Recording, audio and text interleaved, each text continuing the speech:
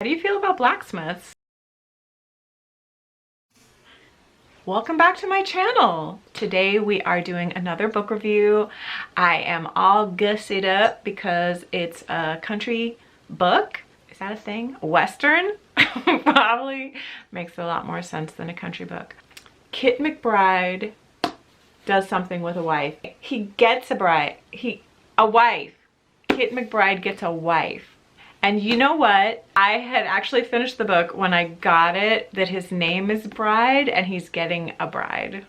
I know, that's me. I am a super deep thinker. Anyway, I don't know what incarnation has gotten into me today. I'm feistier than a raccoon in a wash barrel. Anyway, this book is really cute. It's my very first Amy Berry novel. Kind of am low-key obsessed with her now, high-key.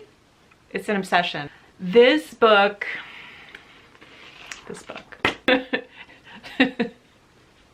this book is really funny. Not just kinda, not just sorta. The writing, just the dialogue, her way with words is much better than mine.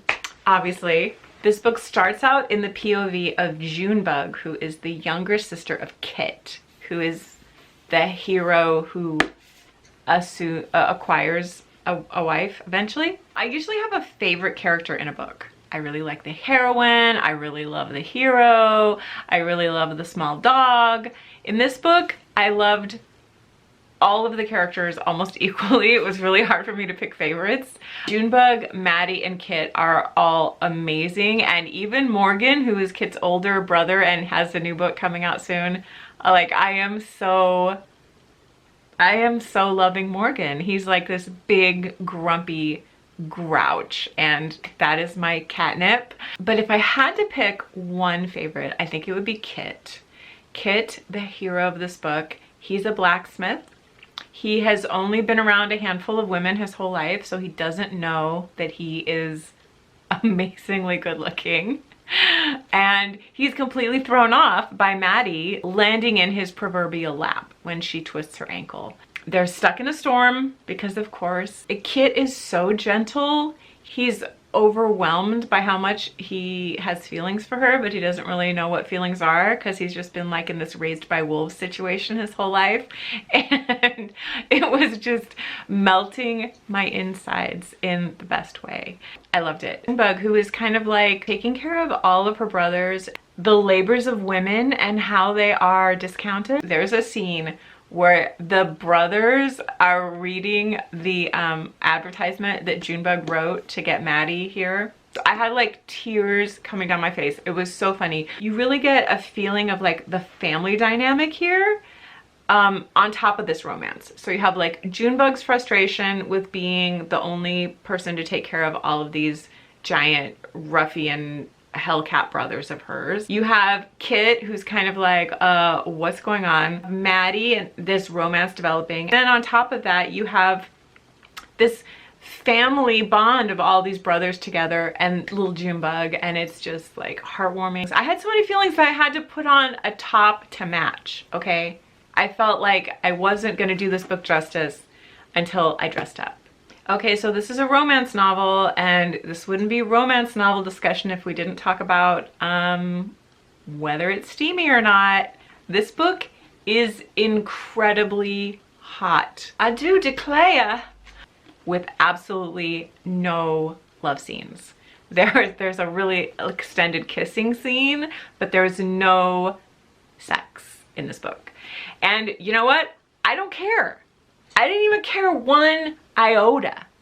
This book was great on its own, and the amount of like slow burn, lust, angst, what are feelings, what is happening to me, that whole thing was there in spades. You didn't need a protracted love scene, and I just recently, after this book, read a book that was like borderline erotica, and the dichotomy between these two was amazing because this book was like so hot, and that book was like, what?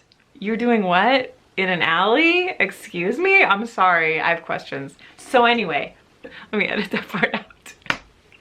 yes, if you want to know, this is closed door, but you will not care one little bitty bit because they're so cute and they're so in love. Although, if I could get a scene of Kit losing his virginity, that would, you know what? Amy Berry was probably protecting me, because a scene that incendiarily hot, a scene that hot would have probably broken me. So she was doing me a favor by not including it in the book. It was hot enough as it was. Spicy level caliente to the nth degree. Long story short, I laughed, I guffawed, I laughed, I swooned, I awed, I went, oh my God, I was wowed by the prose, I swooned, I laughed, I guffawed. It has everything. It has everything I want. Okay, everything I want in a book is in this book, and I cannot wait to read Morgan's book. I'm kind of like, I have that tension inside me where I know it's not out yet, and I'm just like, please. Now, clearly, from that review, you're like, Mel, you sound like you're feeling inspired by this book. And I'm gonna say, heck yeah, I am inspired by this book. It's the middle of winter, so there's like lots of snow, very snowy. The descriptions are beautiful. You really get a sense of the outdoors, so I am feeling very inspired. Also, the descriptions of, what is her name? Winnabelle. Bunsway. What book did I just read that had Bunsaway in it? It was so good. Miss Bunsaway. The landscape of Montana, the prairie kind of grasses blowing and the creek flowing and the trees. You have all these beautiful descriptions. And then you have Willabelle Lascalle, who is the villainess of this book. And she has these great dresses and they are really evocatively described. I'm getting like a Betsy Johnson-esque, super over the top kind of vibe from them, like really bright colors. And she was amazing. She's very inspiring because I love those really bright, ridiculous colors. Now Kit, in case I forgot to mention it before, is a blacksmith, which, like, sorry, working class heroes. Okay, you have like Bow Street Runner. Okay, he's down here. He's pretty, you know, like Bow Street Runner, detective, veterinarian, creeping up there, blacksmith. Blacksmith? The limit does not exist for how hot a blacksmith is. I'm sorry. And the scene where she comes in to his, what's it called? A smithy? His place where he blacksmiths. She comes in there and he's not wearing a shirt. It's just, I'm also feeling inspired by like temperature, hotness temperature. Like really, maybe I just need some water. I'm feeling very flustered. This book is getting me flustered. Ah, Kit in his smithy. Okay.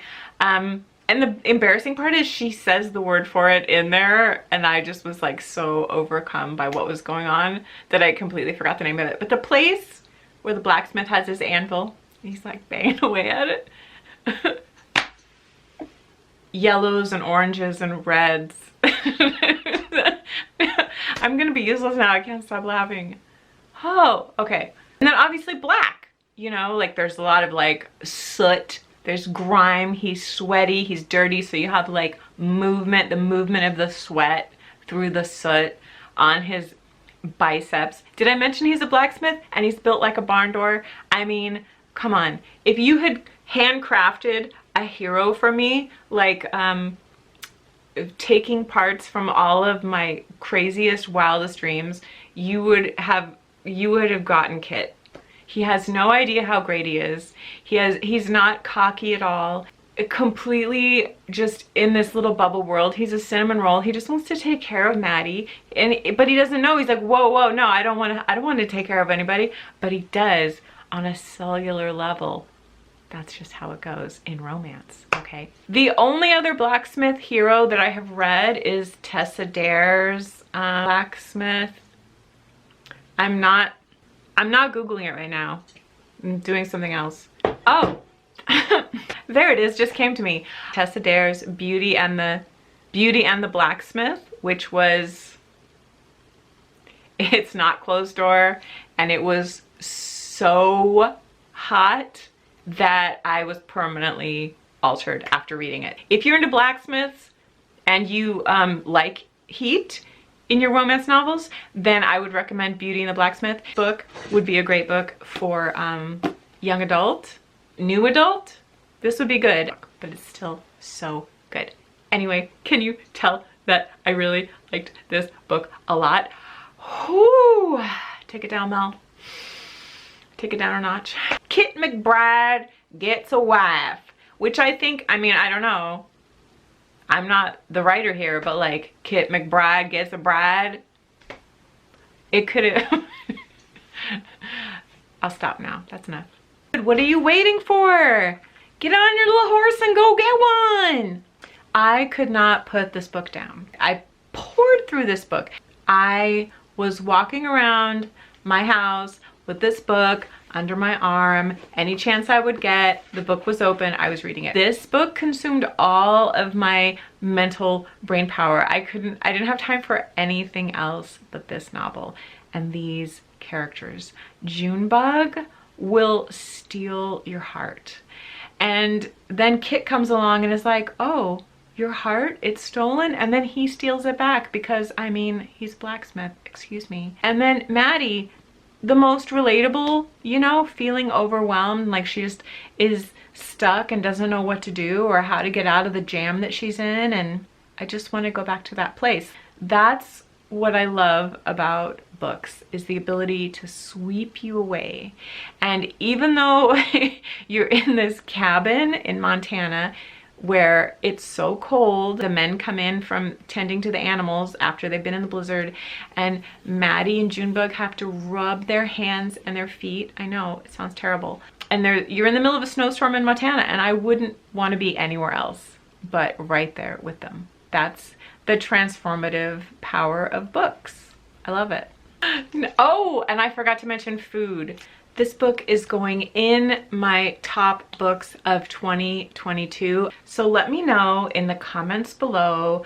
Do you love Western historicals? Have you read any? Do you have any recommendations for me? Because this is the first one for me. It's like this is like my maiden voyage into the land of Dr. Quinn Medicine Woman romance novels, and I really loved it. If any of them are half as good as this, oh my gosh, I'm gonna be in heaven.